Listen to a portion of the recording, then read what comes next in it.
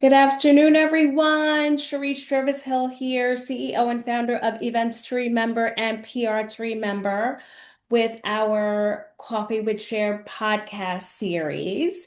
And I am excited to have Miss Tameka Bazile. She is the social strategist and business influencer at TB Co. Tameka, welcome to Coffee with Cher. Thank you. Thank you for having me. Thank you for being here. I feel like we're like twins. We got the part, we got the glasses.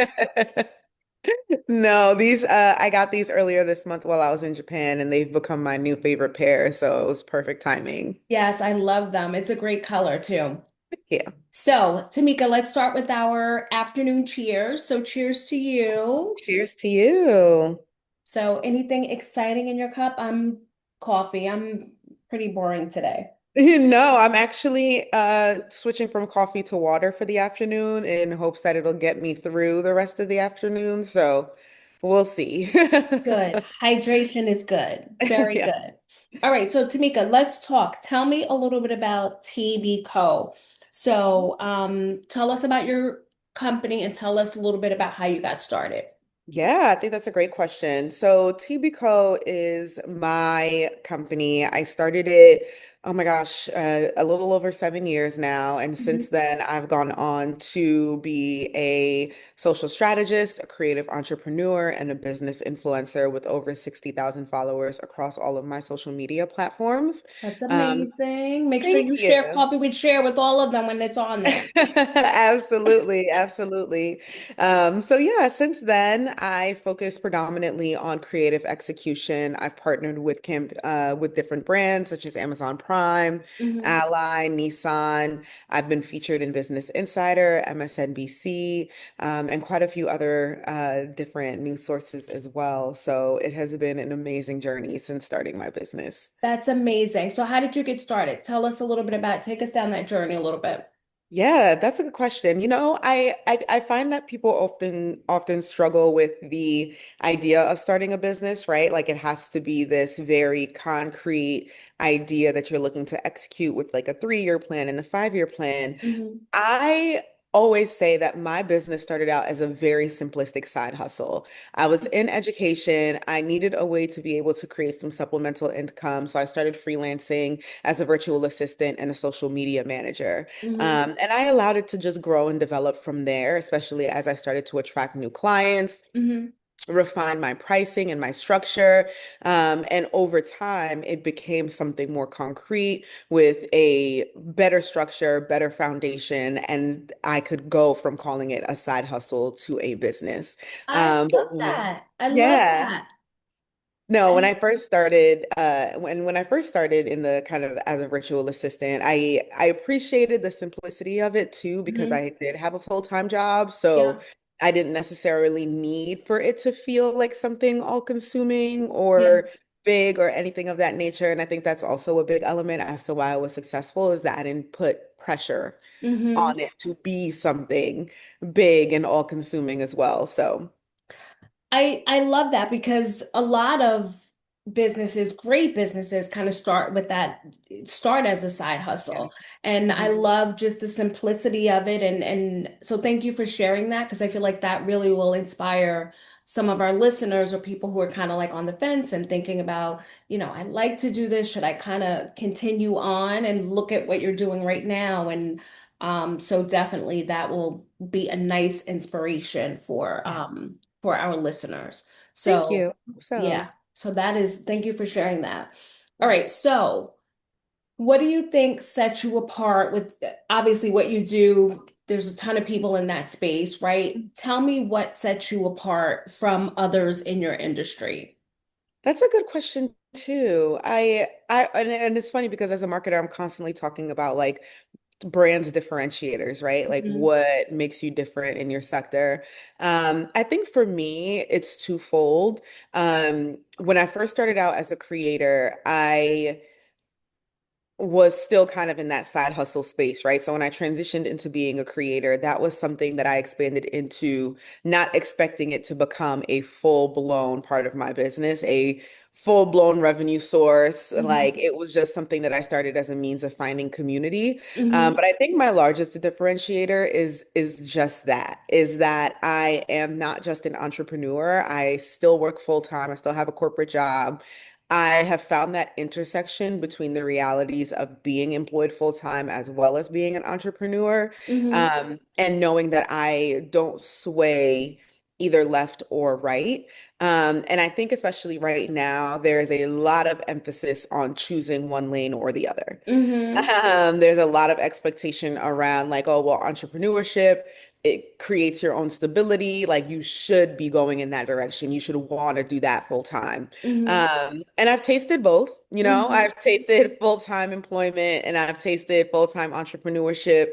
And I very much suggest finding a good middle balance because I do think that you could take advantage of both systems and Hmm. use them to your advantage. And I think overall, as a creator, that has to be my differentiator is that I am still doing both. I am somebody who really capitalizes on what I call being a corporate creative, and Hmm. my community really thrives in that space. I mean, that is it, it kind of circle backs on something that I say all the time is kind of like stay in your lane, right? Hmm. So that is what works for you. And I think it will help validate other entrepreneurs like, you know, this is what Tameka's doing. You know, there is no right and wrong for anyone. So Mhm. I think that I think that's another great nugget that you're sharing that will be helpful and help inspire other people. You know, and I Yeah. think too what you do, um, social strategist, Hmm. influencer. I feel like you could do that anytime, anywhere, from any place. Yeah. So it does give you much more flexibility than some of the other career choices. Yes, I definitely think so. I think a big thing too is really being able to find ways for you to stimulate your career outside of just your 9 to 5. Like, I Hmm. think one of the best things that I've ever done is find a way to still be in the social space as a creator outside of just my full-time job. So I always suggest to people, whatever your skills are, learn to leverage them for more than just your employer, and you'll find a lot more opportunity for yourself in that way. Love that. Love that. Okay, so Tameka, what's new? Anything new and exciting coming down the pike? As Oh, that's such we're a good heading question. into 2026, I can't even believe it. Oh my God. I know. Time goes by so quickly. Yeah, there are so many new things. I recently started a new role at Business Insider. So really getting my footing there and figuring out where I want to take kind of their social and content over Hmm. time. And in 2026, I'm also looking to expand revenue-wise into both TikTok and Instagram. I've been active on both platforms, but not Hmm. necessarily applying a strategy there to Hmm. monetize and grow. And so 2026 will definitely be the year for that. So I'm looking forward to being able to expand across platforms too. And then overall, honestly, I think a big thing too, as a business owner and as an entrepreneur is knowing when to keep the ball rolling versus introducing something entirely new. I have been introducing something entirely new to my business, constant uphill growth, Hmm. for the past 3 years. So Hmm. I'm looking forward to really just focusing on the content and getting out more content versus creating, like arbitrary money goals or revenue goals or anything of that nature, because I also want to get to a place where I am not overwhelming my ability to be consistent with expectations based on numbers or money. So that really for me is where 2026 is taking me, is focus on consistency, spread out Hmm. versus focusing on pushing up. And so I'll get back to it in 2027. All right, those sound great. What's your favorite? Instagram or TikTok? That's a great question. I think it depends on what I'm doing. So Mhm. like because I work in a space that I also use in it as entertainment. Mm-hmm. Really being able to draw those boundaries is important for me. So I use every platform vastly differently. Mm-hmm. My favorite platform is always going to be LinkedIn. I feel like that is where you could have the most really like concise conversation, Mm-hmm. without it getting too overwhelming with like trends and like Yeah. who's popular and things of that nature, you know? Mm-hmm. There's also a lot of opportunity to like learn on LinkedIn. Mm-hmm. And I think that's what I love the most about it. But when it comes to entertainment and decompressing, I'm always going to navigate towards TikTok. That is Okay. where I go to just be able to lose myself, Mm-hmm. and catch a good hour-long doom scroll, as I like to call it. And then for me, Instagram is somewhere in the middle. I still have a large feed on Instagram of like close friends and family, and I like Mm-hmm. it that way. Mm-hmm. And so that is where I go to kind of reconnect with my community, let the folks I know like and love know what's going on with me. Like they can still see what I'm doing in my career, but at the same time, they still get a little bit more of that less polished me. And I Mm-hmm. find that that's a good middle ground for me. Now, what about Facebook? Are you doing any Facebook or what's Yeah, your thing with so that's a Facebook? great question. It's so funny because I definitely used to use Facebook as more of that community-oriented Mm-hmm. platform. Lately, I haven't been posting as much on Facebook, but I do still check it because one, I want to see what other people are talking about. Mm-hmm. Two, I predominantly use Facebook for Facebook groups. I think that that is going to Mm. keep Facebook. That is going to keep Facebook in business, honey. Yeah. Okay. That the ability to go and find a specific community around your specific needs and talk to people about that specific thing. I Mm-hmm. really feel like that is going to be something that keeps Facebook in tow. So I'm a big traveler. Mm-hmm. Before I plan my itineraries, before I plan what I'm going to be doing, I'm in those Facebook groups trying to figure That's out. a great idea. Yes, I never yeah. do that. Oh, I mean, yes. I too enjoy Facebook groups. And when people Yes. say Facebook is dead, and I mean, that's an amazing point about the groups. I Yep. never thought to do that for travel, though. That's like so smart. And there's so many intersections with it, right? Like where you can go to like I'm in a lot of Black women travel groups, so I can go in Mm-hmm. and specifically ask them about like locations. What did you do when you got there? Did you feel safe? How did you get from the Oh, airport to your hotel? Like, and it is just such a niche way for you to get the answers that you need. Another thing that I really love Facebook for, honestly, is the marketplace. Like I'm in the process of I love selling the a couch. marketplace Yes, too. Facebook has never let me down when it comes to selling something. And I think that it very much rivals eBay in that way, where Mhm. like you can get on, you can post what you need to sell, look for something you want to buy, find it very Mhm. quickly, call it a day. Yeah. So that's very much how I use Facebook. I Okay. find that I have not found any other platform that rivals or can take that away. Yes. All Yeah. right. So Mark's still in business then. Oh, yes. So, all right, that's awesome.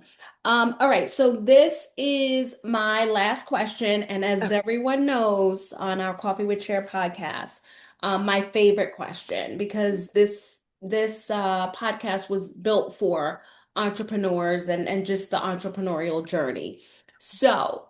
What advice would you give to, it could either be a new entrepreneur, someone just starting out, or it could be someone who's been in business for a really long time and kind of hitting a rough patch? What Yeah. advice would you share, Tameka? That's great. I think it would be two different advice. So two different pieces of advice. So if you're just Hmm. starting out and you are wanting to figure out, okay, where do I get started? What am I doing? And things of that nature. The best piece of advice I could give to somebody who is just starting out is to start practicing. And it feels counterintuitive. It Mm, does. It feels uncomfortable because it feels like you don't have a plan, you don't know what you need, you don't know how to get into action.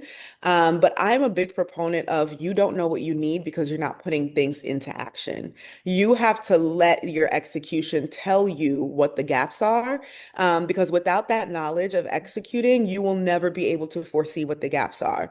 And again, especially when we talk about entrepreneurship, I also find, especially us as women entrepreneurs, we mhm, like to have our ducks in a row. We like yeah. to know what to expect and we like to be able to foresee things. Mhm. And sometimes, a lot of the time, that ends up being our blocker.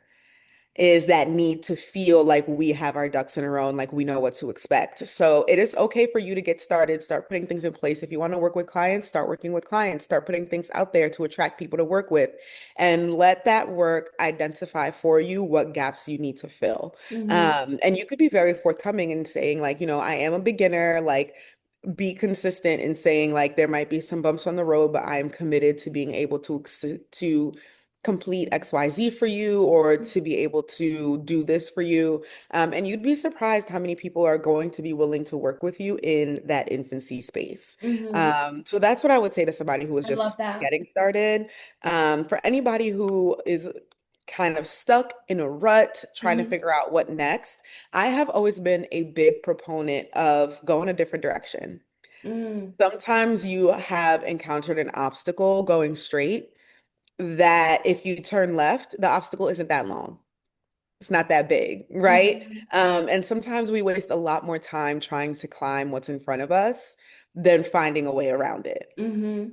And so yes, and I think a lot of what makes entrepreneurship special is that it is counterintuitive to how we naturally want to respond. We are naturally indoctrinated to respond to things Hmm. in a 9 to 5 mindset, right? Hmm. Like and that's how we are inclined to approach things. And entrepreneurship requires a complete mindset overhaul.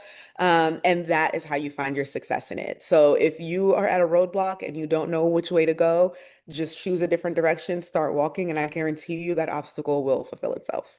Love that too, Tameka. Thank you for sharing. Thank you. So, want to just thank you so much for being here. I want you, we'll definitely end with you telling us how everyone can find you. Yeah. I do want to take a minute just to let everybody know, let all of our listeners know that we have added all of the episodes to YouTube, Coffee with Cher podcast. So, guys, make sure that you subscribe and you can take a look at all of the different episodes. Um, of course, we're on Apple Music and Spotify and all of that fun stuff, but definitely subscribe to our YouTube channel so you can see all of the episodes.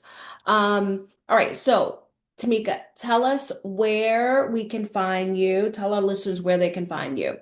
Yes, of course. So you can find me on almost every major platform, predominantly LinkedIn, TikTok, and Instagram, at Tameka Bazile, and on LinkedIn, just Tameka Bazile. But please feel free to connect with me, follow me, interact with me. Happy to introduce you to my community and find a space for you. Awesome, guys. So make sure that you follow and also be sure to follow our company page, Events to Remember. And we are a event planner NY on Instagram. So Tameka, thank you so much for being here. I loved our conversation. Thank you for being so open. Thank you for sharing. I feel like, everything that you shared will definitely help our fellow entrepreneurs. So I am sending love and light to you and to all of our listeners, and thank you. Much Understood. gratitude. Thank you so much for having me. Awesome. Thank you for being here.